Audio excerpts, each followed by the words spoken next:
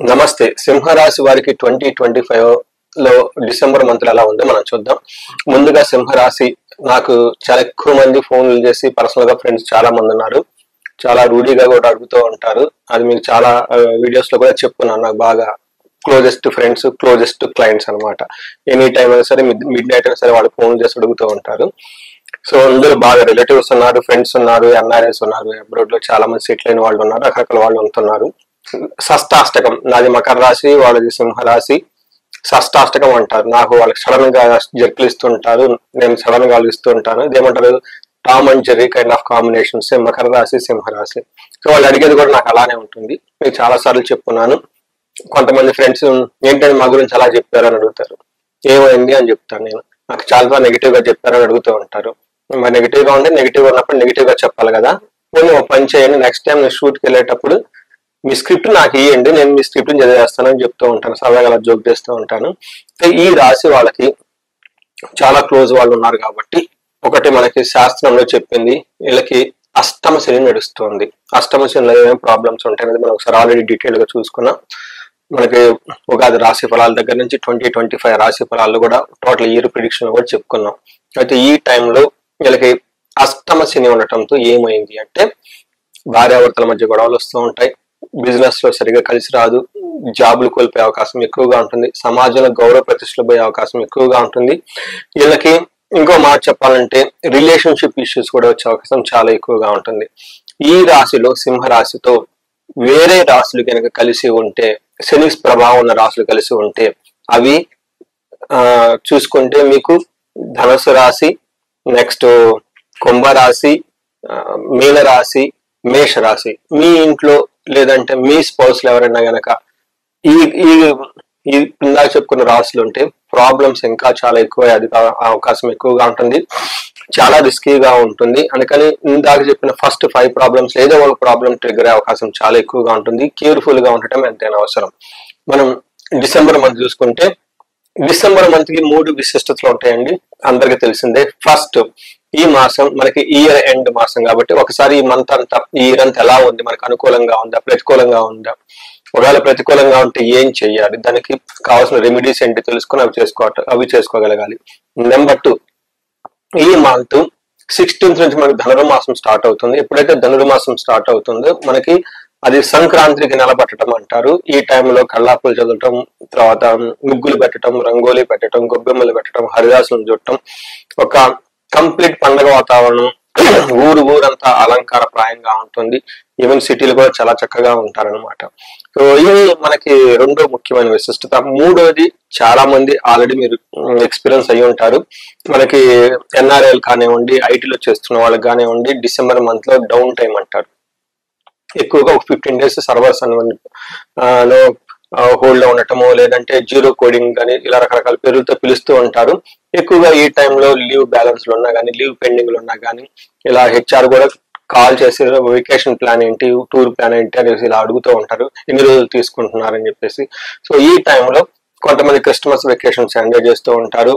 తర్వాత మనకి mid term exams కూడా ఈ టైంలో చాలా మంది పిల్లలు క్లియర్ చేసుకుంటూ ఉంటారు. బయటికి వెళ్ళిపోయి వెకేషన్స్ ఎంజాయ్ చేసే టైం మనకి ఈ డిసెంబర్ మంత్. ఈ టైంలో సింహరాశి వాళ్ళకి ఎలా ఉంది మనం చూసుకుందాం. సింహరాశి కనుక మనం గమనించుకుంటే, ఒక ముక్కలో చెప్పాలంటే చాలా పాజిటివ్ గా ఉంది. ఈ మంత్ మీకు ఒక అదృష్టకరమైన మంత్ అని మీరు తెలుసుకోవాలి. ఎందుకు అంటే, ఏ గ్రహాలు అయితే ఇబ్బంది పెట్టాలో ఆ గ్రహాలు ఇబ్బంది పెట్టకుండా వేరే గ్రహాలు చెడ్డు పెడుతూ ఉన్నాయి. ఏ గ్రహాలు పాజిటివ్ గా ఉన్నాయో ఈ పాజిటివ్ గా ఉన్న గ్రహాలన్నీ ఖచ్చితంగా పాజిటివ్ గా ఉన్నాయి. సో ఒక రకంగా చెప్పాలంటే, సూర్యుడు కుజుడు సరైన పొజిషన్ లేకుండా ఇబ్బంది పెట్టాలి, కానీ విపరీత వేద అన్న కాన్సెప్ట్ ద్వారా అవి మీకు అంతగా ఇబ్బంది పెట్టకుండా నార్మల్ గా ఉండే అవకాశం ఎక్కువగా ఉంటుంది. ఓవరాల్ గా ఈ రాశి వాళ్ళకి నార్మల్ గా ఉండటం లేదా పాజిటివ్ గా ఉండే అవకాశం ఉంటుంది. ఇబ్బంది పడే పరిస్థితులు అయితే ఎక్కువగా లేవు. అంటే టోటల్ హోల్ ఇయర్ లో మీరు ఉగాది కనుక చూసుకుంటే, ఉగాది తర్వాత బాగున్న మాసాలలో ఈ వీళ్ళకి డిసెంబర్ మంత్ మనం చెప్పుకోవచ్చు. మన వివరాలు కనుక చూసుకుంటే, ఈ మంత్ లో మనకి 4 గ్రహాలు మారుతూ ఉన్నాయండి. అవి సూర్యుడు, కుజుడు, శుక్రుడు, బుధుడు. అందులో చూసుకుంటే మనకి ఇప్పటిదాకా వీళ్ళు ఎవరైనా కనుక మానసిక వ్యధతో బాధపడుతూ ఉంటే, ఈ టైంలో వీళ్ళకి ఆ మానసిక బాధ అంతా పోయి ప్రశాంతంగా ఉండే అవకాశం ఎక్కువగా ఉంటుంది. ఇప్పటిదాకా ధనం కోల్పోయే పరిస్థితులు ఉంటాయి. ఈ మంత్ లో అలాంటి పరిస్థితి అయితే ఉండదు. ధన ప్రాప్తి వచ్చే అవకాశం ఎక్కువగా ఉంది. ఫ్రెండ్స్ తోటి ఆల్రౌండ్ ప్రాస్పరిటీతో అభివృద్ధిగా ఉండే అవకాశం ఎక్కువగా ఉంది. సో చూశారు కదండి, పాజిటివ్ గా లేదంటే న్యూట్రల్ గా ఎక్కువగా ఉంది ఈ రాశి వాళ్ళకి. మనం డీటెయిల్స్ చూసుకుంటే 5th హౌస్ లో సూర్యుడు ఉండటంతో మనకేం చెప్తారంటే దేహాలాస్యం, మనస్తాహం, బుద్ధి చాంచల్యం ఆప్నోతి అని చెప్తారు. అంటే టయానికి ప్రాపర్ డెసిషన్ తీసుకోలేక కన్ఫ్యూజన్ లో ఉండే అవకాశం ఎక్కువ. మనస్తాపం, ఏదో ఒక బాధపడే అవకాశం జనరల్ గా ఎక్కువగా ఉంది. అంటే ఇంతకుముందు ఇవి ఇలా కన్ఫ్యూజన్ లో ఉంటే ఈ టైంలో ఇప్పుడు దాకా చెప్పుకున్న విషయాలు అన్నట్లు చాలా క్లారిటీగా ఉంటారు. ఓవరాల్ గా మనీ ప్రకారం చూసుకుంటే చాలా బాగుంటుంది. సో సూర్యుడు తన ఉన్న పొజిషన్ బాగా లేకపోయినా కానీ మంచి చేసే అవకాశం చాలా ఎక్కువగా ఉంది. నెక్స్ట్ కుజుడు చూసేటప్పటికి 5th హౌస్ లో ఉన్నారు. 5th హౌస్ లో కుజుడు అగైన్ వీళ్ళకి కొంచెం ఇబ్బంది పెట్టే పరిస్థితి ఉంటుంది. ఈ టైంలో కొంచెం విపరీతమైన ఖర్చులు అయ్యే అవకాశం ఎక్కువగా ఉంటుంది. మనకి సంస్కృతంలో మహర్షులు ఏం చెప్తారంటే దేహ జాడ్యం, సంతాపకాల అతిక్రమణ భోజనం, దురితం కర్మలాభచ్చ అని చెప్తారు. అంటే మంచి ఉద్దేశంతో మీరు ఏదైనా కనుక పని చేస్తుంటే అందులో సరైన రిజల్ట్ రాదు అని చెప్తూ ఉంటారు. కానీ ఇది చాలా లో ఇంటెన్సిటీలో చాలా నెగ్లిజిబుల్ గా ఉండే అవకాశం ఉంటుంది. నెక్స్ట్ శుక్రుడు చూసుకుంటే శుక్రుడు మనకి 4th హౌస్ లో ఉండి సుఖాన్ని ఇస్తూ ఉంటాడు.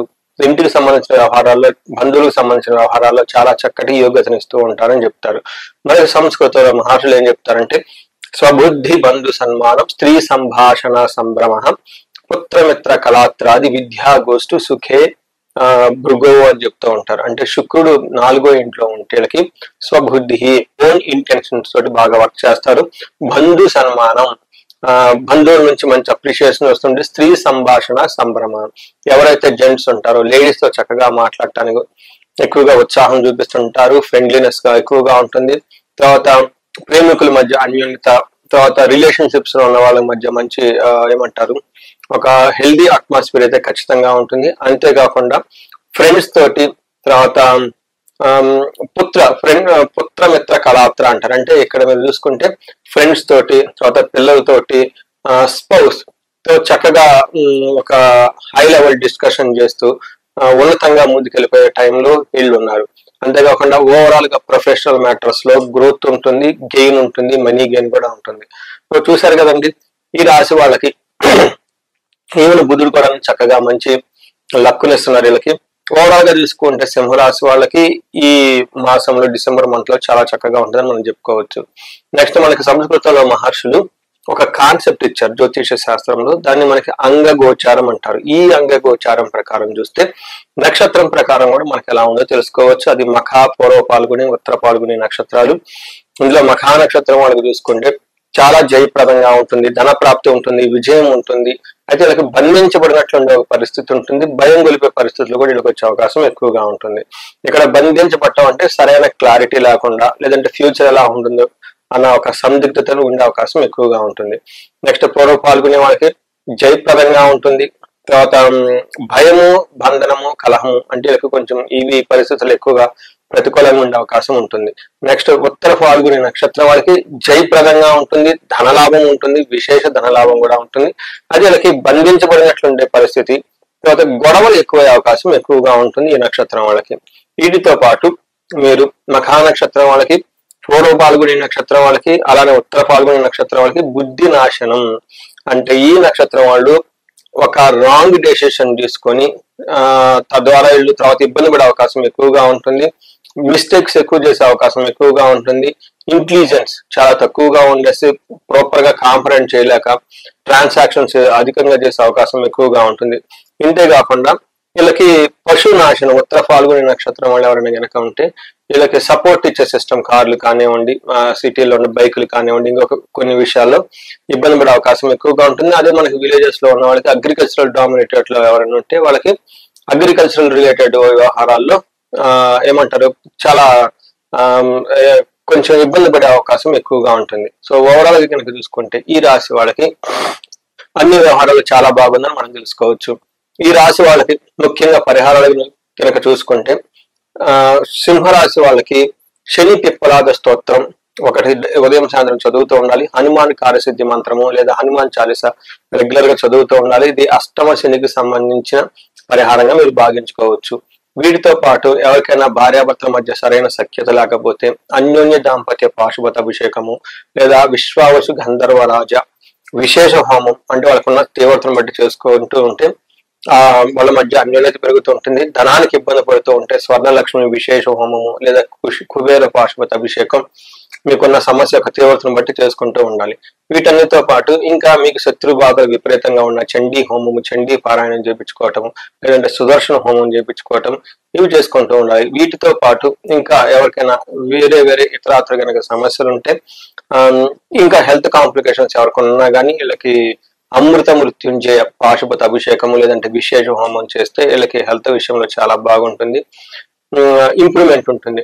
ఈ రాశి వాళ్ళు ఎవరైనా కనుక 35 to 45 మధ్యలో ఏజ్ ఉండి లైఫ్ లో స్ట్రక్ అయ్యామనుకున్నా, లేదంటే మిడ్ లెవెల్ వరకు మేము చేరామండి అక్కడి నుంచి ముందుకు వెళ్ళలేకపోతున్నాం అని అనుకున్నా కానీ ఒక్కసారి మీ ఇండివిజువల్ జాతకాన్ని చెక్ చేసుకుంటే ఏమైనా ఇంకా దోషాలు ఉంటే, పితృదోషం కానివ్వండి, కావసరప దోషం కానివ్వండి, త్రిపిండి దోషం, ఇలా రకరకాల దోషాలు ఉంటాయి. అవి మిమ్మల్ని పైకి ఎదగనీయకుండా చేసే అవకాశం ఎక్కువగా ఉంటుంది. దీన్ని మనకి మిడ్ లైఫ్ క్రైసిస్ కూడా అంటారు. 40లో ఒక క్రైసిస్ వస్తుంది అంటారు అనమాట. సో ఇలా ఈ సింహరాశి వాళ్ళకి ఈ టైంలో ఇంకా ఎందుకంటే అష్టమ శని నడుస్తుంది కాబట్టి ఈ అష్టమ శనికి ఇంకా వేరే దోషాలు కూడా యాడ్ అయ్యి ఇంకా ఇబ్బంది పెట్టే అవకాశం ఎక్కువగా ఉంటుంది. సో మీరు ఎక్కువగా ఇబ్బందులు పడకుండా ఉండటానికి తగు పరిహారాలు చేసుకొని ఈ రాశి వాళ్ళు చక్కగా 10 రెట్లు ఇంకా జీవితంలో ఉన్నతంగా ఎదగాలని, మీకు అష్టలక్ష్మి కృపా కటాక్షం కలగాలని కోరుకుంటున్నాను.